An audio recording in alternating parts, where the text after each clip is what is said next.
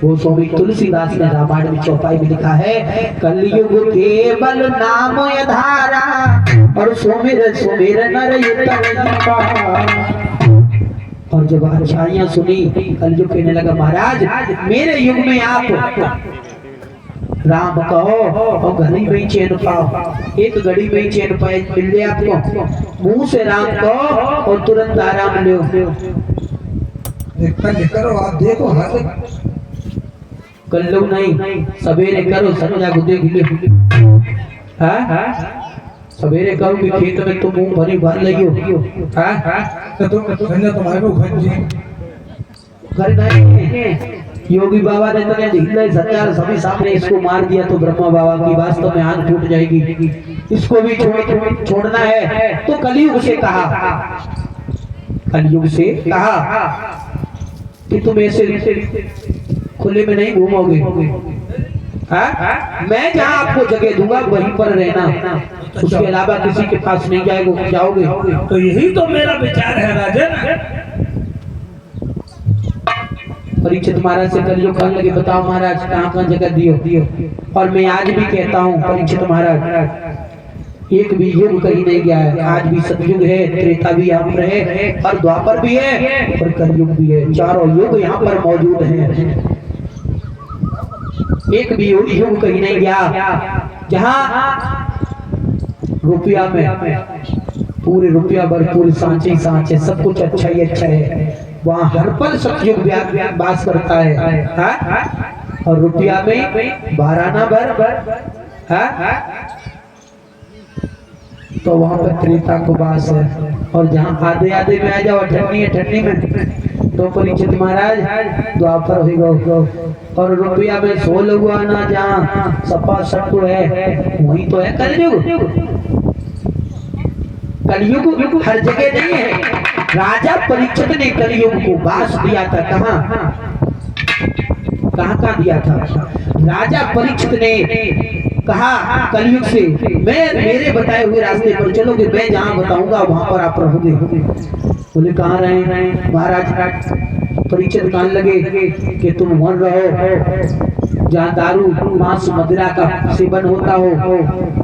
ध्यान रखियो कर्णपुर के लोगों, आज से दारू मांस मदिरा छोड़ देना, नहीं तो कलयुग घुसे है तुम्हारे घर में।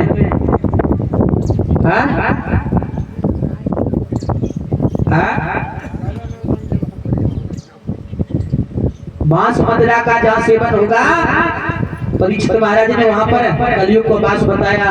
पर माताओं कलयुग का वास कहाँ और बताया पता है? कलयुग का वास वहां बताया है जहाँ सास बहू में नित्य लड़ाई होती है। तुम लोग तो समझ आए रे, आज तो ये डुगरिया से लड़ती हो तो आज से तुम्हें अम्मा के संग हो डुगरिया से लड़ो बनो के जियो। और मेरी बहू के लिए नहीं है, डुगरियों में इतनी खटता है। परीक्षित महाराज ये बड़ी बूढ़ी है ना जी, बनाए राम की तरी धरी, बनाए राम की तरी धरी झकाओ, इन्हें नेको तसल्ली हो तो चीज की महाराज जी बुराई नहीं करी जा संजा रोटी में भी ध्यान रखो। कोई बात नहीं, हम भूखे रहने साथ देना, तो बुराई की बात आ जाए तो हम ना चूके की तई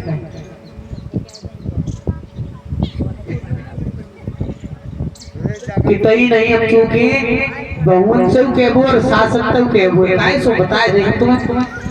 ये सासु जितनी है सब राम की तरी धरी, बनाए राम की तरी। नई नई बिटिया की शादी होनी है, बेचारी नई आई घर में, बेचारे पैसे उठाए घर में, कोई लड़की नहीं जाए तो पैसे आत्मा काम नहीं करे। नई आई और आई के दूध लेके आई और दुकनिया देना आई। तो कभी को दूध गिरी हो दुकनिया का थी नंगटिया है, तो नंगटिया बन के देखो बगिया मोन के दूध खवाओ तो कोई तो सब से ले आए नंगटिया। अब वो सेवा तुम्हारी नहीं करे और हमारी करे आए बहु बाद में कोई नंगटिया पहले हुई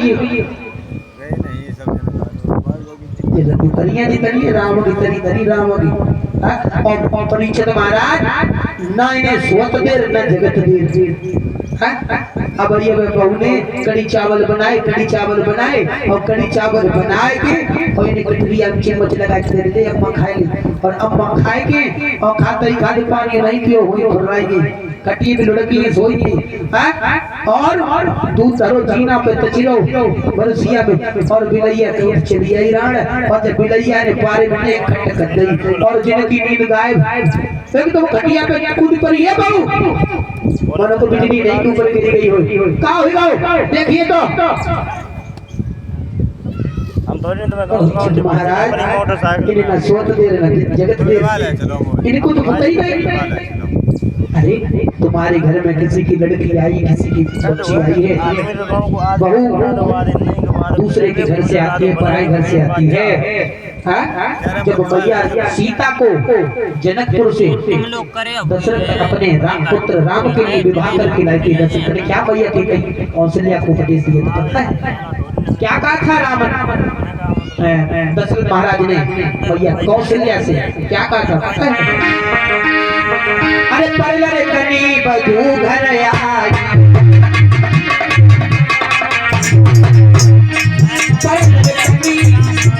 बधू घर आई और घोटे पर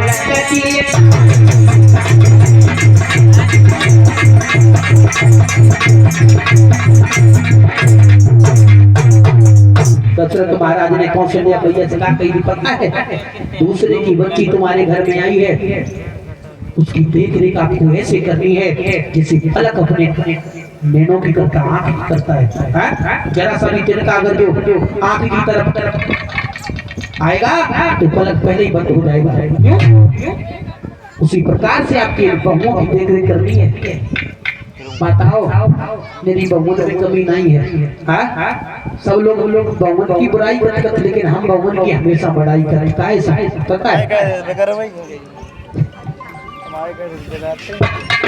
आपने सही पकड़ा एकदम सही कही आपने आगे चल के इनको भी तो डुगरिया बननो सासो मेरी बात मानियो और बहनाओ जय न जानिए कि मेरी डुगरिया की बुराई कर वो जानता मत तुम आइयो जाओ भाइयों इनके ऊपर अपने मम्मी पापा को मत छोड़ देना अपने माता पिता का अपने हाथों से ख्याल रखना अपने हाथों से सेवा करने माता पिता की आपको क्यों अंदाज लगाए ले जब ये अपने ही अम्मा मकान में छोड़े हैं तो तुम्हारे को बाजे आरती पारी जब अपने ही अम्मा काका को छोड़ के तुम्हारी जगह आए नहीं जो तुम्हारी कजी आरती उतारे और बहनाओ हमारी हाथ जोड़ करके प्रार्थना है आप सब लोगों से गुजारिश है कि जिस माँ ने तुम्हें जन्म दिया है वो तुम्हारी धर्म की माँ नहीं है याद रखना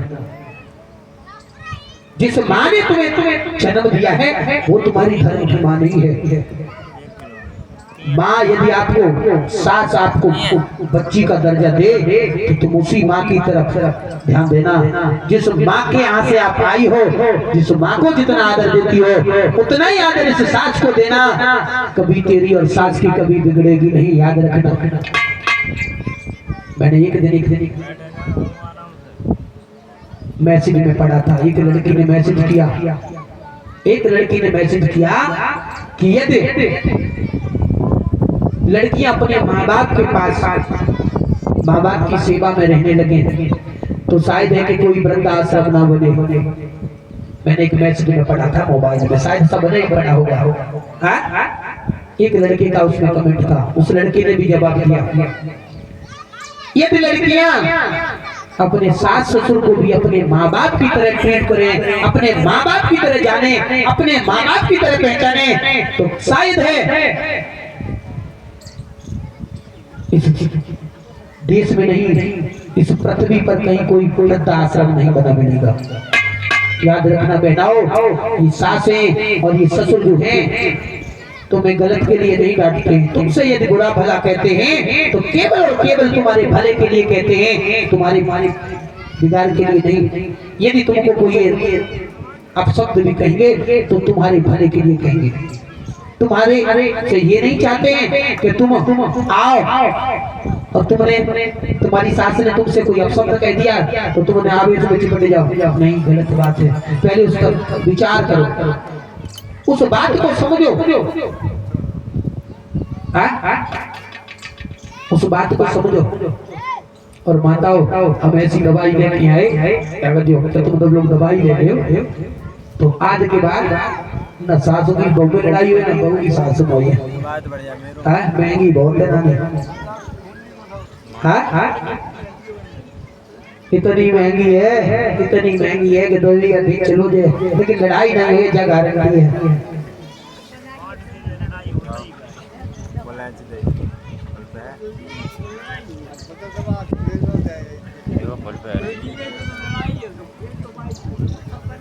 देखो दवा इतनी है, इतनी बढ़िया है।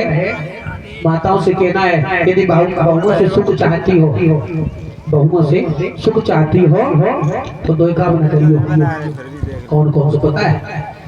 सबसे पहले काम तो यू है कि मोहल्ला में बैठ के इन चीजों बुराई न करियो। कब हम बुराई न करियो।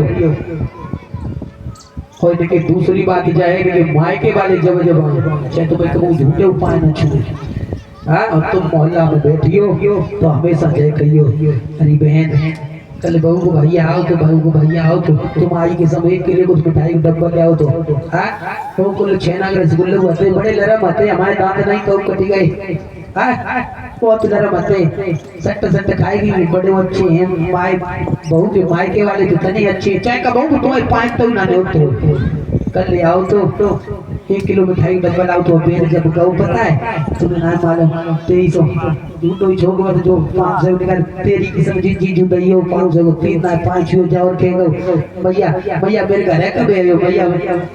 माताओं मैं सच कहता हूँ कि तुम्हारी और बहू की लड़ाई कबू न होनी है। और तुम्हारी जब राम की तरी धरी बनो दम बैठी गई, बाकी तो सब नरगटा है।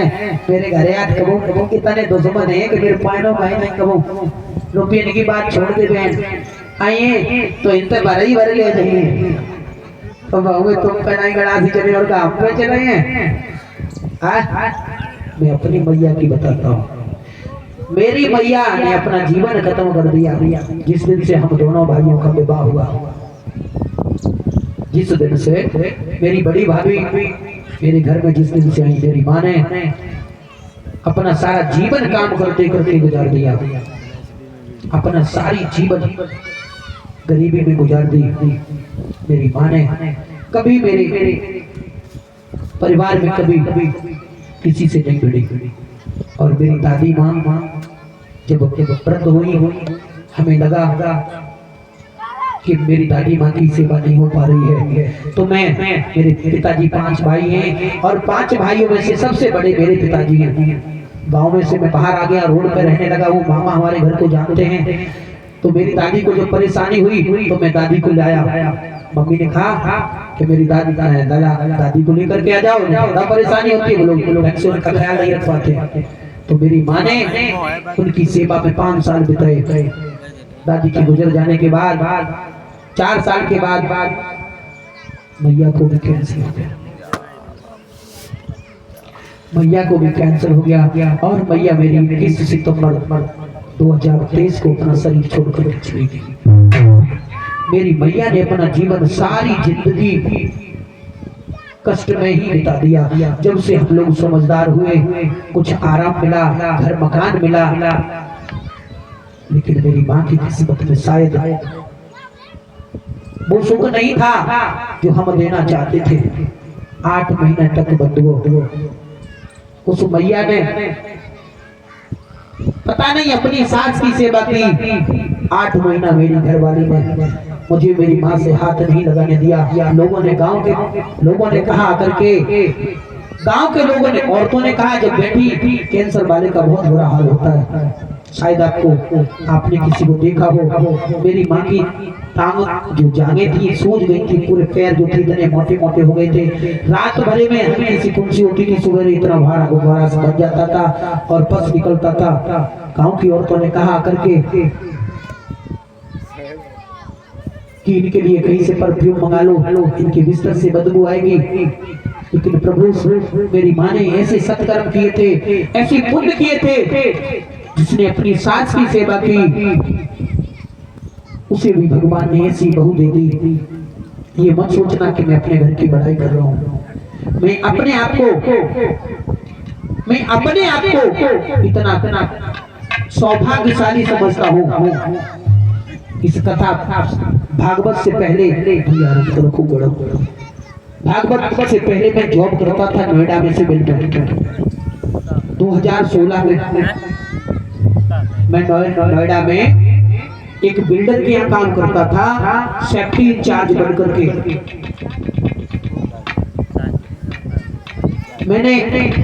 मेरी शादी भी नोएडा से हो रही थी, लेकिन मेरे पिता ने एक बात कही, लाला तुम नोएडा से शादी कर लोगे, तुम्हारी बीवी तुम्हारे साथ ऑफिस में काम करेगी, हमारा ख्याल कौन रखेगा। मैंने उस डिसीजन को वही कैंसिल कर दिया। मैंने पिताजी से कहा, पिताजी कर लो, आपको जैसी करनी है आप कर लो। और उस दिन का डिसीजन आज जो है मुझे माता पिता का आशीर्वाद मिला, और वो मैंने जो वहाँ वाली शादी कैंसिल करके अपने गांव से शादी कर ली। एक बिना पढ़ी लिखी गृहिणी से मैंने विवाह किया। अब थोड़ा पढ़ाओ 10-12 कोई पढ़ा होता बताओ, 8-10 क्लास कोई पढ़ाई होती है महाराज आज के समय में। लोग डिग्रियां लेके घूम रहे हैं। एक सैंपल सी लड़की से शादी कर ली, और उसने वो कर दिखलाया कि मेरे हृदय को तसल्ली मिली। मेरे माता पिता की, आज भी मेरे पिताजी को देख करके आओ, मेरे पिताजी के पास 8 से 10 लोग हर रोज चौराहे पर बैठते हैं मेरे पिताजी के पास। और जितने टाइम पिताजी हमारे आवाज लगाएंगे चाय की, खाना की, तो वहाँ हर चीज उपलब्ध होगी 2-10 मिनट के अंदर। ये मेरी मैया की जो है मेहनत का नतीजा है। इसलिए माताओं मैं कह रहा हूँ कि यदि बहनाओं तुम लोग मेहनत करोगी तो कल को तुम्हारी बहू आएगी, तुम्हारी सेवा उसी प्रकार से करेगी जिस प्रकार से तुम अपनी सास की करोगी। क्योंकि ये धर्म की माँ होती है, जिसने तेरे लिए सर्वस्व छोड़ दिया, अपना बेटा जिसने अपने उदर से जिस लाल को जन्म दिया है तेरे लिए छोड़ दिया है, उस माँ की यदि तू कुदर करेगी, उस माँ की निंदा करेगी, तो ध्यान रखना आगे चल के तुझे भी निंदा का सामना करना पड़ेगा। यदि इसमें गलत हो जाए तो हमारा गांव खेड़ा हिलू है, वहां पर चले आना और हमको 50 गालियां सुना देना। तुम लोग अपने माता पिता की निंदा करोगे तो तुम्हारी आगे चल के अवश्य निंदा होगी। इसलिए बहनाओं कहीं भी जाना, कहीं भी रहना, लेकिन अपने सास ससुर का बहुत रखना। एक महाराज परीक्षित जी, एक नई लड़की की शादी होके आई, एक लड़की की शादी होकर के आई, नई महाराज की शादी होके आई, और गांव में रहे एक प्रथा नई बहू जो आए श्री दुर्गे मैया को मंदिर पे जाए पूजा कर। तो बहू कहने लगी, बहू से कहा गया, पढ़ी लिखी लड़की रहे, उससे कहा गया कि बहू चलो पूजा करें। बहू ने थाल सजाया साथ में, और जैसे ही दुर्गे माँ के बाहर पहुंची, दुर्गे माँ के मंदिर के बाहर अक्सर शेरों की तस्वीर हुआ करती है, बड़े बड़े शेर लगा दिए जाते हैं। तो जैसे बच्ची ने जो नई विवाहिता थी उसने उन शेरों को देखा, चीखने लगी, माँ मुझे बचाओ, ये शेर खा लेंगे मुझे, और थाली को फेंक दिया। बहुत सास मान लगी, यदि धरधारी की तो देखो शर्म आया, ये पत्थर के शेर तो खाई नहीं, पत्थर के शेर खा लेंगे तुझे क्या शर्म नहीं आती है। सोई बहू ने भैया उठाई गई, मैया को पैर कर ले, मैया तुम्हें क्या लगता है कि पत्थर की मूर्ति हमारा उद्धार कर देगी?